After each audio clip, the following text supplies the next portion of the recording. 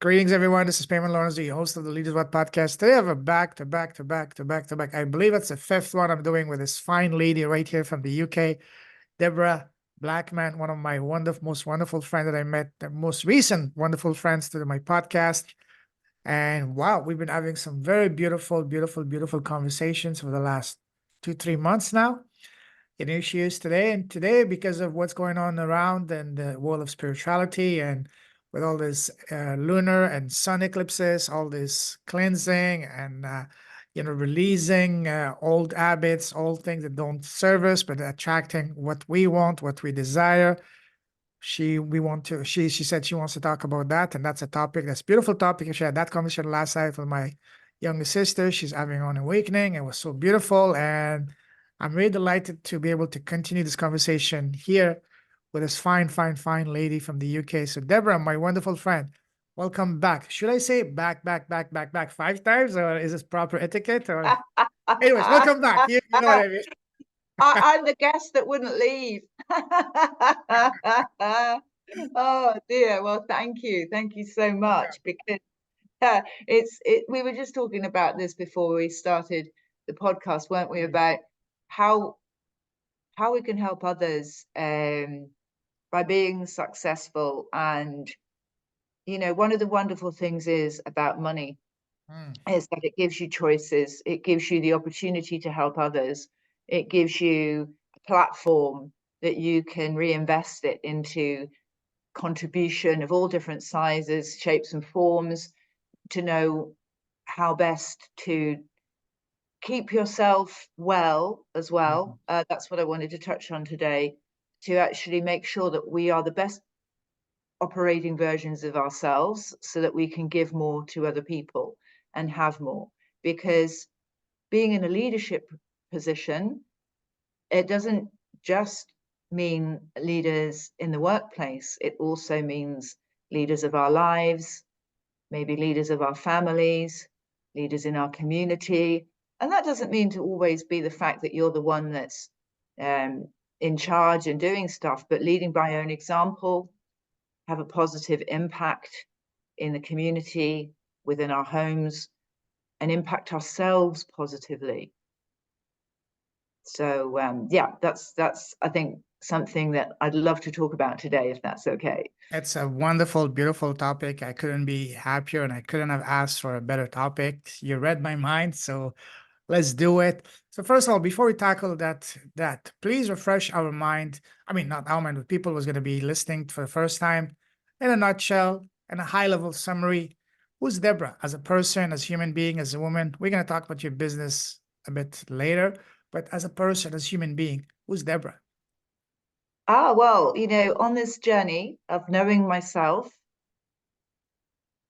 I'm always now growing and developing the sense of who I am and what I'm here to do in the world. So ask me that a few years ago, and I would have given you, the fact that I'm a lady, of a certain age, I do a certain job, I have where I live, etc. So I'd have given you all the practical, operational elements of who I am.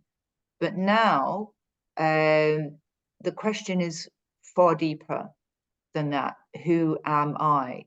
Intrinsically, I'm somebody that is here to make a contribution positively to myself, to others, the wider world, and then into the universe. And one of the things that I want to do is build up a significant business so that I can leave the legacy of that to charity in perpetuity.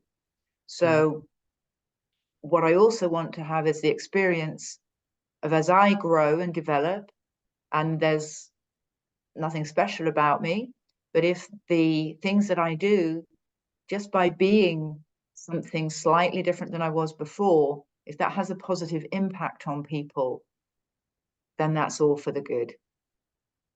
Beautiful. Love that. Love that. I agree with everything you said. Now, you mentioned leading by example.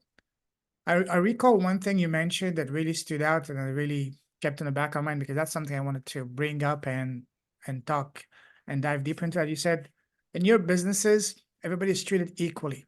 There's no hierarchy. and everybody is treated with the same respect, which is absolutely commendable. Tell us more about that and tell us how you in your life, in your businesses, you're leading by example.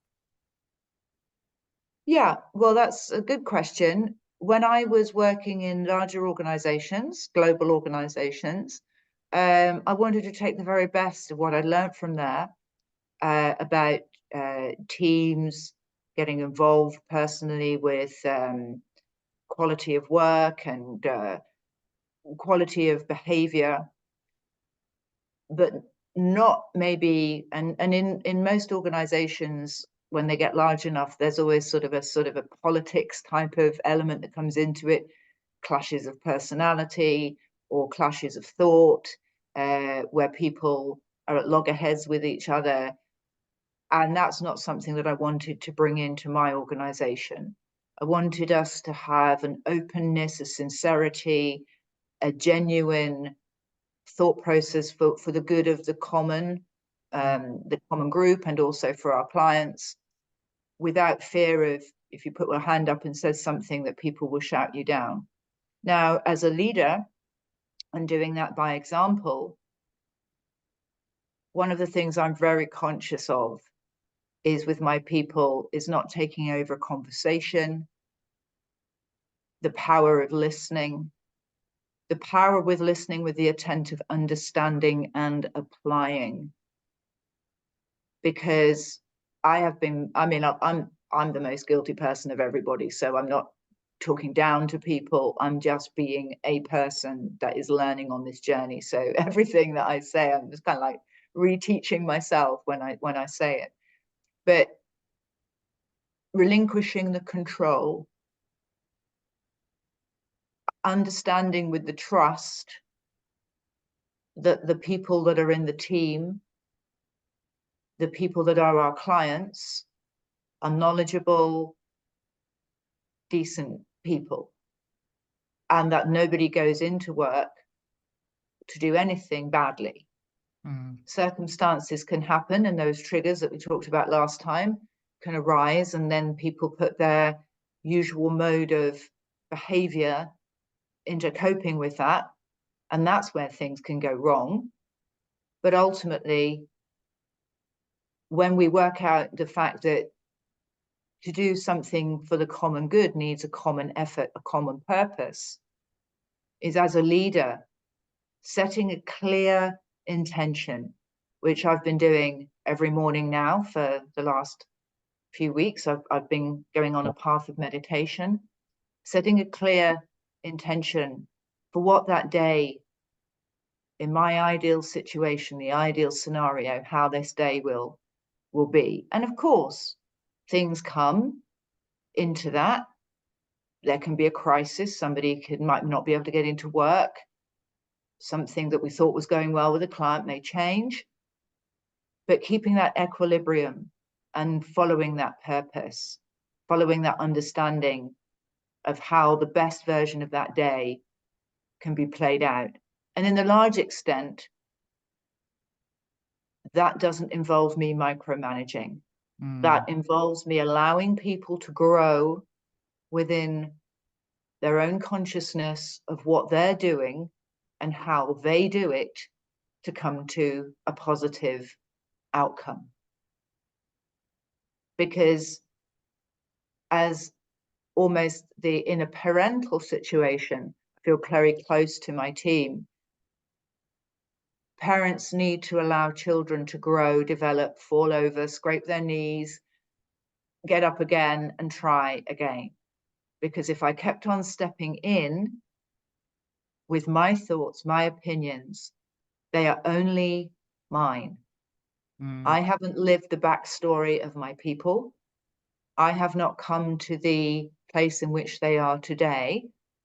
I can't insert my will into another vessel, another person, for that to have a successful outcome, because it won't. Because they won't think the same. They will feel that they are being told and controlled. And if something is really, really, really important, like we've got to act now, then I can say to my team, from the benefit of my experience, and the understanding I have of these types of situations, this is my thought process on how to deal with it. What do people think? And when they come back to me and say, look, we don't know, we haven't dealt with this situation before, we don't understand the process, we haven't got the concept right, we'd like you to take the lead here and guide us through it, then I'll jump in, then I'll get involved. But only when I have the consensus, because there could be somebody in my team who has experienced something similar, whether it be in their family life or something's played out when they were at college, or they've experienced something in a different business that could be far better than my solution. But I will step in. Let's say, for instance, you know, to use an analogy, the house has caught fire. I'll quickly ask, has anybody else experienced this to know better what to do? And if they say no, then I'll go ahead and I'll think about the processes, etc., about how to handle something that's on fire. And then I take responsibility for the outcome. Beautiful.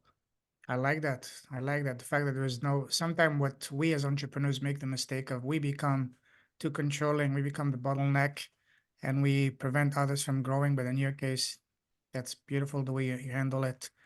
I wish more entrepreneurs, more leaders would run their businesses that way. So why do you think most entrepreneurs are not running their businesses that way and are doing it the traditional way, which is everything has to go by me. I'm the last person to make the final decision, and they end up becoming basically the bottleneck and preventing their staff from really spreading their wings and flying and taking responsibility and together make the company soar.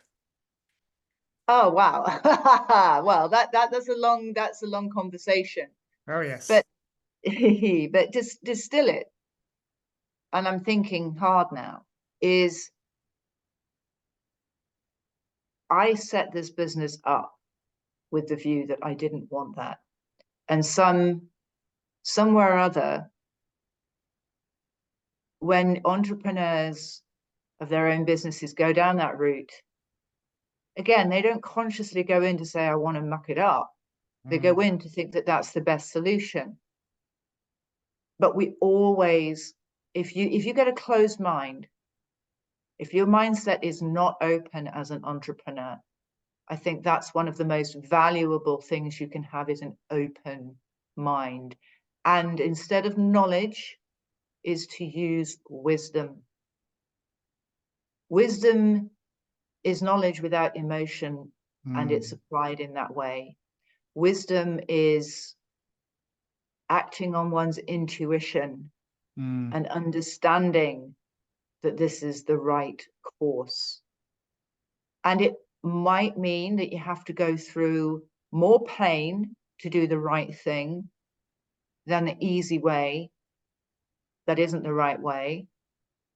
But overall, that will strengthen the foundations and the building blocks of the business. But there's no problem in learning from our mistakes, because failure, and I've been there more times than I can count, on many occasions, pretty bad failures, you know, like really awful ones.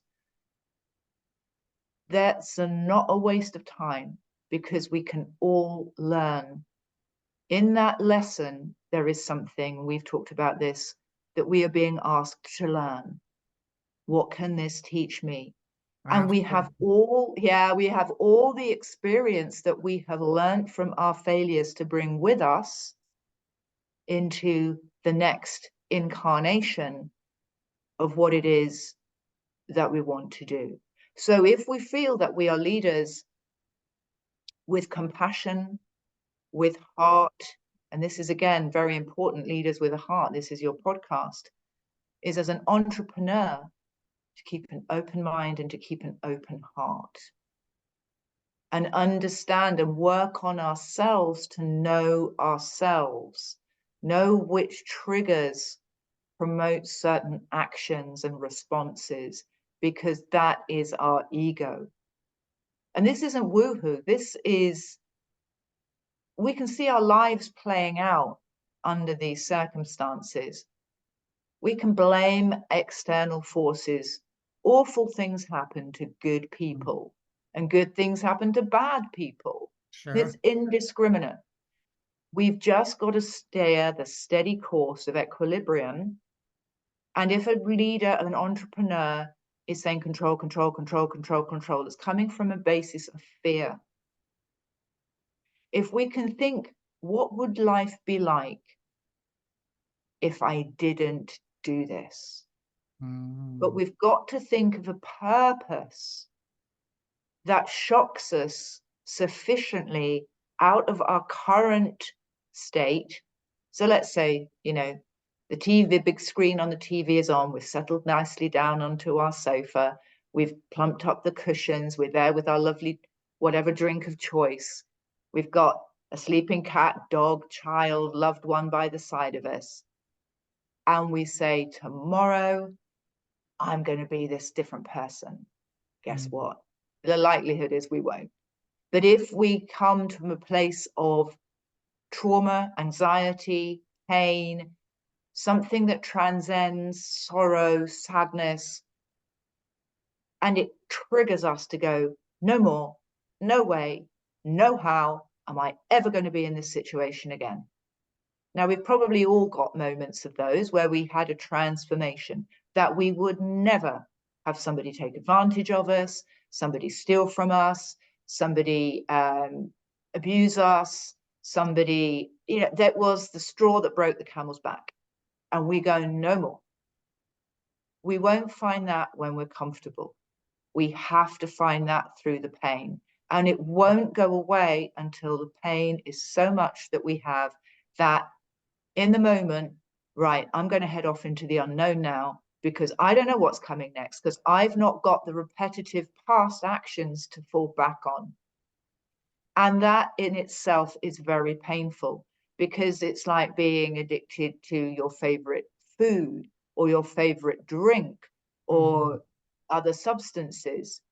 The body craves it. So when we don't have it, we want it. Weirdly enough, it doesn't matter if it's bad for us, we still want it. So we can end up living lives that we hate because we've conditioned ourselves to want the negative. And I know that sounds mad, but if we can break free of that as an entrepreneur, if we can break free of that feeling of anxiety and control and that constricted chest and that feeling, what would it be like on the other side to breathe, to have abundance, to have people doing the job that they love, that you've always hated to do, better than you, faster than you, with more love in their heart, with a genuine sense of purpose, because you've been able to let go. Not only let go, but also to trust the other person that they can do it. Because, and I've been guilty of that. When I had to outsource some task, I thought, nah, they can't do it. I'm the best person to do it. They can't do it. And just watching over the shoulder, like micromanaging, okay, this is how you do it. And that's not the way to do it. The more you trust people, the more they will repay you, and they will feel obligated morally to not let you down, to not disappoint you. The more responsibility you give to someone else, the more they will feel empowered, and they want to repay you in kind and reciprocate and show that, hey, that trust that you bestowed upon them, it's deserved, and they can, and it was the right thing to do. And they want to confirm, they want to prove that, hey, you made the right decision. And that's something I've noticed myself. And when you, just like you said, let go and trust the other person, that's when magic happens. That's when you can really free your time, focus on things. We can really basically focus on what you're really good at, and let the other things that you're not the best, let that handled by someone that actually enjoys them and actually excels at them, actually good at them. And that's when companies really can strive and can really grow and soar. Absolutely. And don't forget to trust ourselves. Trust ourselves. Trust the inner power that we have in all of us to make the right decision and let go, and not try and grab it back, because there's a thing. What we can let go of today, tomorrow a certain circumstances might come about that we want to take it back again.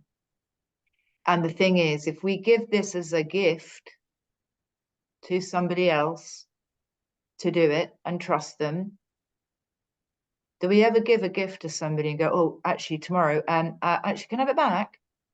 I want it back. We don't. We leave them with that gift. Yeah. So leave the person the gift that you have given them and understand it to be a gift from you to them. And they have to treat it with the respect. They have to know that it is precious, that they've received this from you, that this is something which they take care of and nurture because you have given them a very valuable gift. Indeed, indeed. And in the act of giving, we usually feel good. When we give something to somebody that it could be to charity, it could be to a friend, a loved one, we give that. We've sorted out, we've thought about, what can I give this person? What can I give them? And this is no different. We're thinking, what on my daily activities, what is it that I can give to somebody else to help them flourish, to give them more abundance? And then it transcends the me letting go is I am giving, I am giving, I am giving. And understand that we do that with love for the benefit of other people. And that's a great way for me of looking at it. And giving things that, let's say, for instance, take the analogy of a child that's just learned to ride its first bike without having the little stabilizer wheels on and everything. And as a parent, you go out and you want to get a lovely bike for your child, or as much as you can afford to give your child this lovely bike. And they have to take care of it. But they have to use it. So it might get knocked about a little bit, but they have to use it, and they have to get that comfortable with that bike and get it to its full potential. And by doing that, they have to take it out on the road, and they have to race it, and they have to turn corners with it, and they have to do all sorts of things with this bike. And you've bought this lovely bike and you're thinking, oh, careful, careful, not just for them using the bike, but for themselves. You don't want them falling over. But they have to use that gift and run with it. And as long as they can know that they can check in at any time without fear of admonishment, without fear of retribution, or I gave you that gift and you didn't look after it, and or I gave you that gift and now I want back. Give that gift not expecting anything in return. Don't expect that person to love you. Don't expect that person to think you're great. Don't expect that person to do something because you have given that gift. Just let them grow with it. Yeah. And let them become a better person through that gift without any expectation of something, because that's unconditional love. That's the love that a good balanced parent will be giving to its child. So, it's that unconditional love. And that's what I do with the team, because we're all part of this unit. This is what I do with my clients, is we all do it with our clients. We give the gift of what we do, and we hope they cherish it and care for it and nurture it. We provide leads for people, in business leads, to help them with their sales. We provide administration support. Now, the one thing is, that administration support has to be allowed to be given. The amount of people, as you say, we get controlling people, they can't get rid of it. They just think, oh my goodness, nobody could do it good as me, better than me. I'd rather just do it myself because it'll be quicker. Well, actually, when people use the service because we have love in our hearts and we treat that gift with respect, we treat that gift as precious as it has been given, people go, oh, wow, wow. And then they say, well, how would you do this? How would you do that? Because now they're seeing the benefit of giving that to somebody, and they're thinking, well, now that's given me another thought. I might be able to do this now. I might be able to, oh, this is interesting.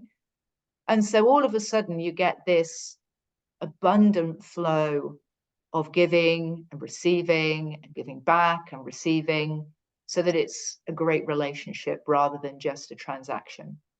Uplifting one, empowering, inspiring, because not only allow someone else to soar, to grow, but also allow them to let their creativity flow in the process. Maybe you may learn a few things as well about that you didn't even realize, because you're going to see it from a different perspective.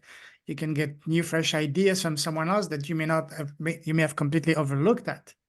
So that's another beautiful byproduct of it.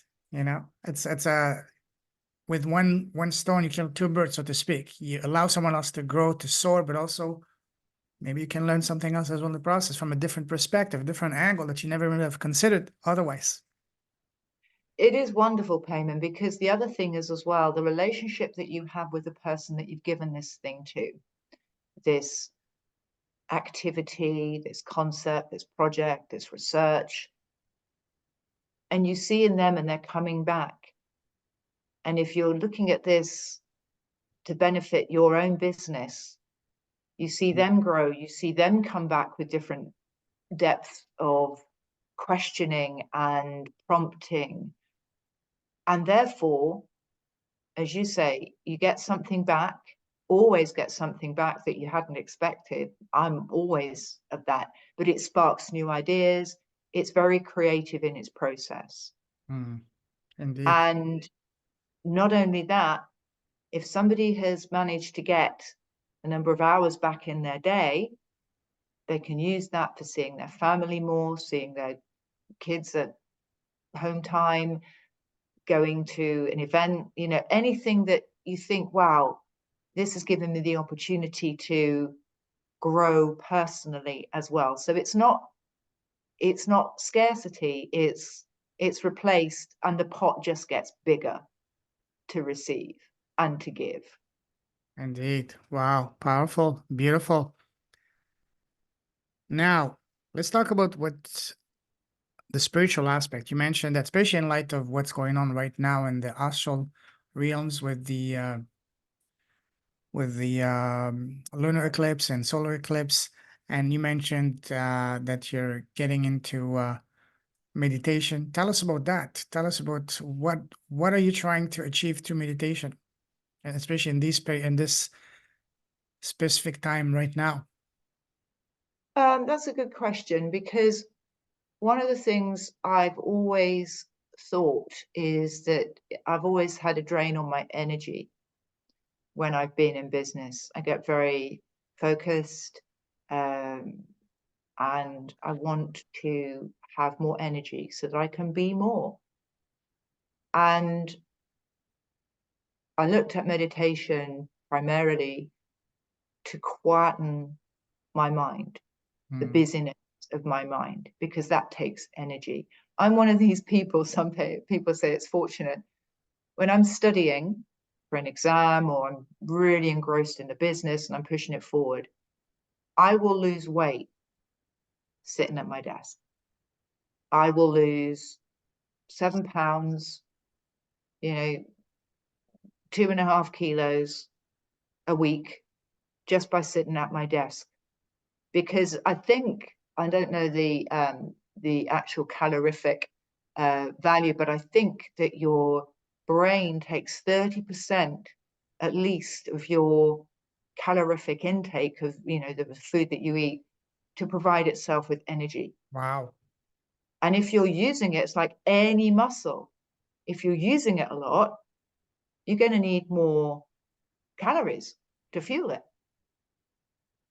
And so, yeah, some people say, oh, you're so lucky you can sit down and lose weight. But I go on the other side and get too thin, and I just can't eat enough to keep the weight on.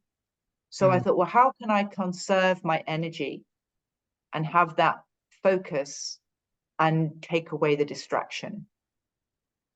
And that again is the ego coming in with those little daydreams, those little thought processes. No, you can't do that. No, you're not good enough. No, you were never meant to be this person. Da da da da da da. That all takes energy. So I started that, and I'm doing meditation in the morning when I wake up, and I'm doing it in the evening before I go to bed. And I thought that because It's just kind of tough to do it during the day for me. Some people might find that more easy, but also I find that it sets me up for the day and it sets me for a good night's sleep as well.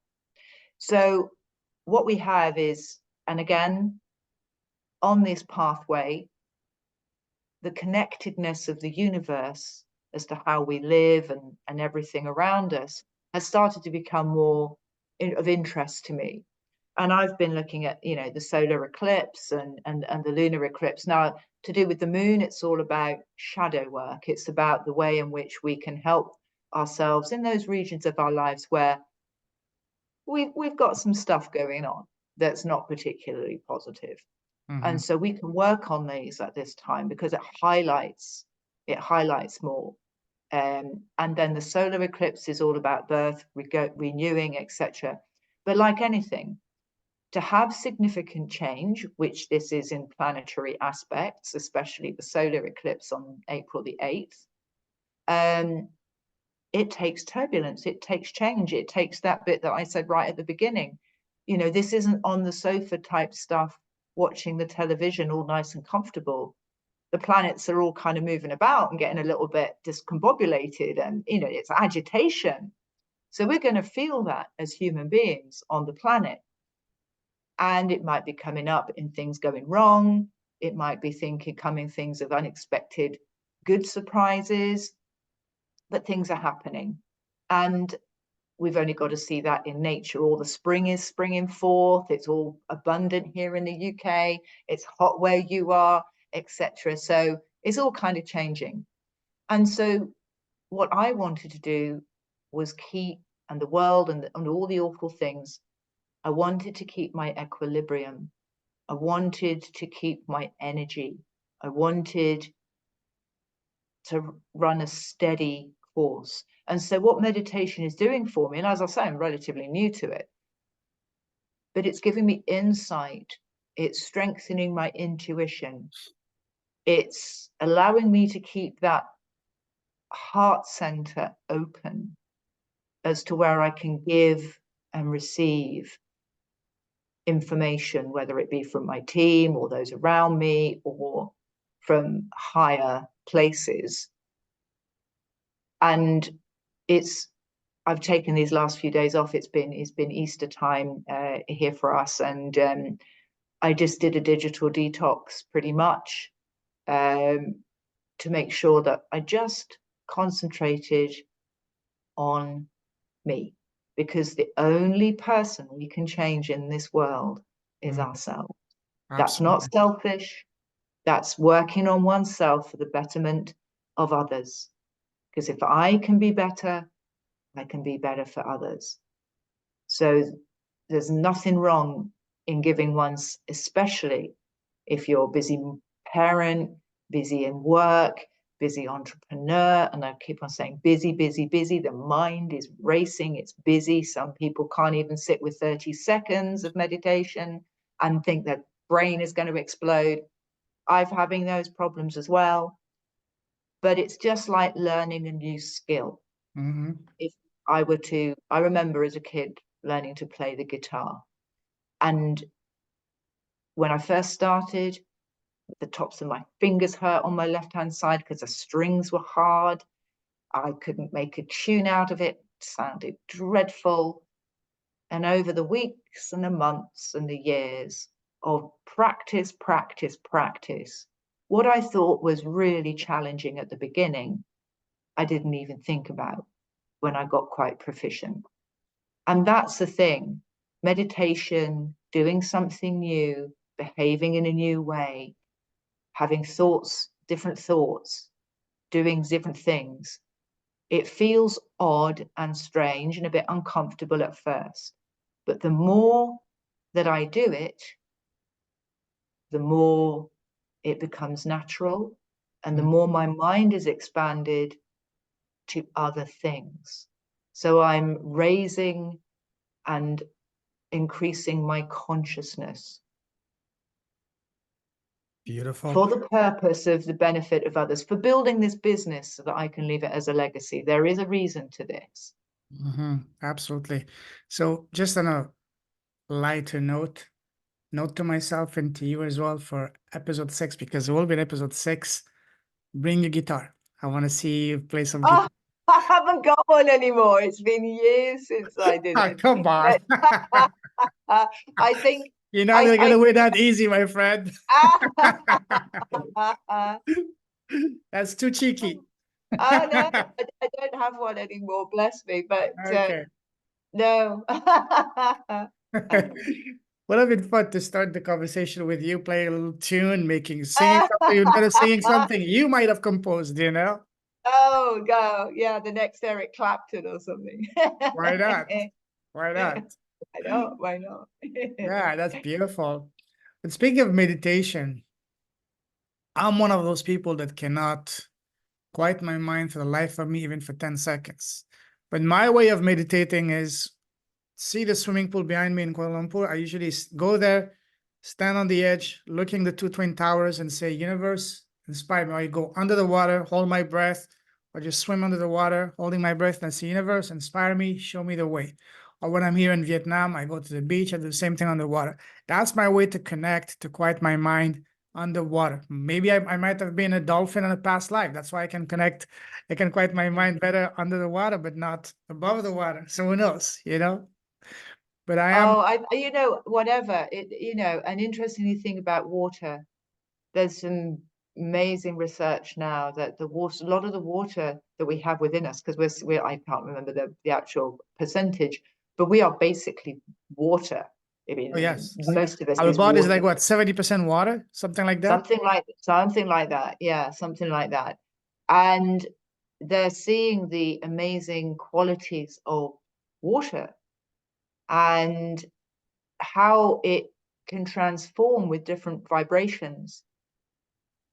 And there is a movement which I'm sure people are aware of. I'm on my journey, I'm only new to this, but that if we increase our resonance and look at a glass of water before we drink it and imbue it with love and compassion and abundance, if we meditate on that glass of water, looking at the water inside, and then drink the water with that mindfulness, the water actually changes our cellular composition.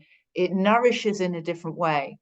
And what I'm doing now is I've got these little affirmations everywhere, these little hearts. Thank you, be present, love, gratitude. Because literally, I was like you. Oh, no, I'm still like you. I couldn't concentrate for more than 10 seconds without something going bing. But what I'm trying to do is I've got it all over my kitchen so that every time I make a drink, every time I have something to eat, before I do it, I look at it and I go, thank you for what I'm about to eat. May it nourish me. May it make me a better, stronger person for myself, for others, so that I could contribute more.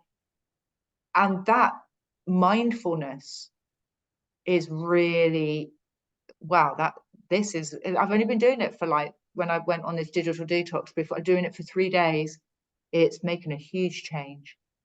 Really is making a huge change because it's bringing me into the present and it's making me think about what I'm eating rather than grabbing a snack, and it's making me give thanks for what it is that I'm ingesting and I'm putting into my body for my nourishment, for my betterment. And people might think, oh my goodness, but actually for me, it's making me calmer, it's making me more thoughtful, it's making me more grateful, it's making my taste buds really fire so that I can taste so much more when I'm eating and enjoy the experience so much more. But I had to put these sticky notes in because all of a sudden I'd be halfway through eating something and thinking, oh, I've not said thank you, because it's that automatic. So yeah, just a little note. Beautiful. Actually, there was a very serious studies by the Japanese made on water. If you bless the water with positive thoughts, positive words, the water can just like you said, change its structures, its molecular structure. And when you drink it, the water will be different. Whereas if you say negative words or bad feelings towards it, it will start to go sour and start to, go bad and destroy anything that touches it. I found that incredibly fascinating. And that reinforces what we always say is that be careful the thoughts you entertain in your mind, and be even more careful of the thoughts you speak, because what you think, what you entertain, what you speak, you manifest. I see ourselves, and particularly what we are. We are projectors. Everything you see around you. For example, the chair I'm sitting on, the table I have my computer, the microphone I'm talking, the laptop I'm looking at you, the place I'm sitting, the couch, everything around us, the planes we travel on, everything started here in someone's mind, and the project and the eyes and the mind's projector. And then to work, to dedication, they made it happen in reality. So this is why be very careful, and it's what I'm telling people all around me. And I'm also paying more and more attention to that, to the words I entertain, to the words I speak. I used to, one of my things I loved to do before was, and I'm not proud of it, was playing in my mind those scenarios of me having those arguments with people, putting them in their place. When you get in talk with someone, you say, "Oh, I wish I had said this," and replay that in my mind and say, next time I'll say that. Next time I'll show him what I mean, what I am. And when you meet them again, and when the conversation goes that way, it never, never, never goes the way you expected it. It goes even worse. So I love playing those in my mind. But now, whenever negative thoughts or me saying something or thinking negative about someone, I completely stop it in my track. No, the person you're trying to reach is no longer available. Wrong number. Just like the old voice messages. Oh, great. But I do. I don't even allow those thoughts to even come into my mind. I just repulse them, reject them. Because again, those bring when you think negative thoughts, it creates a vicious circle. It makes you become, go down the path of negativity and lowers your vibration, your thoughts, and all that. So now I do everything I can in my life. My number one priority is to keep my vibration as high as possible, to be as happy as possible. And this is why I count my blessings throughout the day, all day long, to keep anytime something bad up, negative thought comes to my mind, or someone says negative, I reprogram myself by counting my blessings. I try to do my best to keep as happy, as positive, as stress-free as possible. It might sound to someone else a bit naive, but hey, for me, I've seen the tremendous power of thoughts and of words in my life. And now that I understand them, I do my best to be able in a way to maybe not control them, but to have my say, to allow who gets into my mind and who doesn't get. Yeah.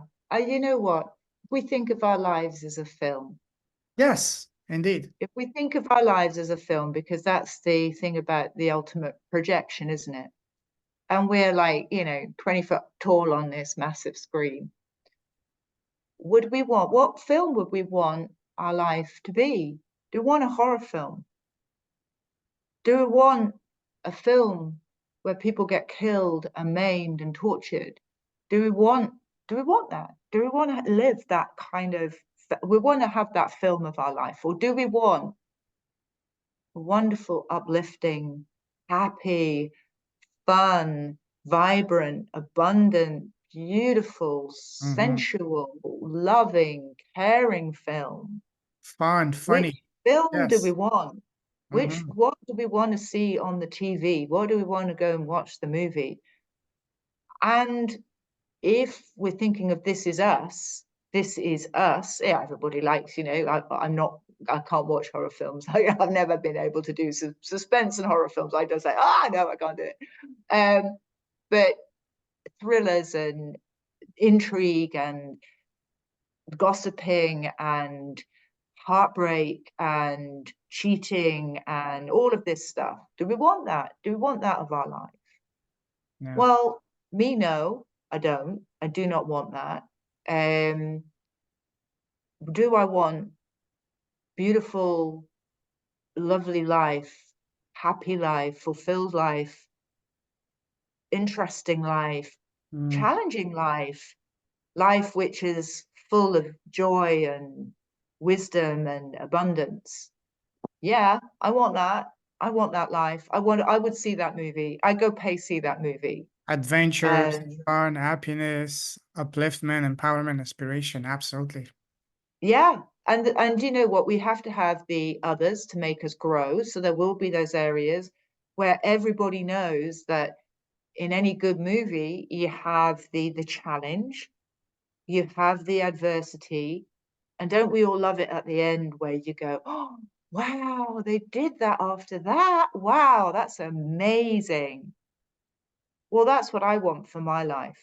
That's the wisdom that I want, because we do live in the real world. Well, the world of the illusion that we consider real. But our lives, if we can go within, and I'm learning a bit this, I don't want it to sound too like weird, but the more we can go within and make the inner us, the life that we live within us, wonderful, abundant, cherished, joyous, funny, kind, compassionate, as you say, it will project outwards, because what do they say? So within, so without, and so above, so below. Indeed. So water, however we do it, there's no right, no wrong way, in the sense of if we can quieten our mind in nature, with something that's organic, with a candle flame that flickers that we can watch. You know, in the UK, when it gets winter time, sometimes people have open fires in their sitting rooms. I mean, a lot of people live in flats these days, but you can get those flickering flames on the TV. You can set it on there. There's something magical and wonderful and meditative about looking into a beautiful glowing fire. Sound, That has, cracklings, yeah, mesmerizing, that's it. hypnotizing. Yes. It is, it's mesmeric. And if we can just take 10 minutes, or if you're finding that things come into your head and you can't quite breathing, I don't know if you've ever tried the breath work. And that's one of the things I'm thinking, because you're underwater, you're not breathing. You're feeling from within. So breath work, I'm starting that. My goodness, I have to get up at 4 a.m. to fit it all in. I know, But, Wow. Or you can but outsource breath work. 80% of your work, you know? But the thing is, with the breath work, there's all these YouTube channels that you can go on to now, because now everything is so accessible. People could have spent their whole lives trying to search out information that you can find out within half an hour on YouTube, which is amazing. Just be discerning who you listen to. But I was listening to, I think it's something, wrong name, but James Does Breath Work or something. And already just doing 10 minutes of that before I start my day, I feel energized, my body tingles, I feel alive, I feel that I've rejuvenated and re-energized the cells in my body. So I'm going to keep that practice. I'm going to keep the good practices and get rid of the bad ones.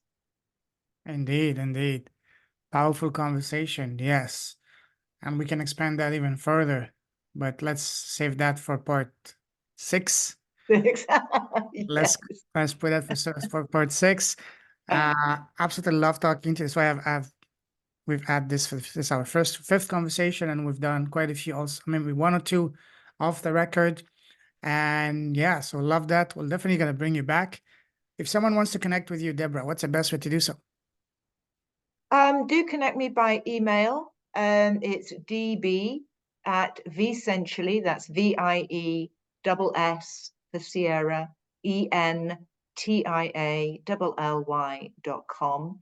I'm on LinkedIn as well under Debra Blackman. You'll see you've got Mary Poppins logo there, so you'll see me there. But yeah, do connect with me by email. Awesome. I will put all your contacts in the show note. As always, as usual, I salute you. You truly do with a heart. Keep shining your light. Keep blessing the world with your impact, your presence, your warm smile, your glowing personality, and your amazing impact, and your gifts. You're a gift yourself, Debra. So stay safe, stay awesome. God bless you, and talk to you very soon. Have a fantabulous day ahead of you, and talk to you very soon, my friend. Take care. Thank you. Thank you. Very welcome. Cheers.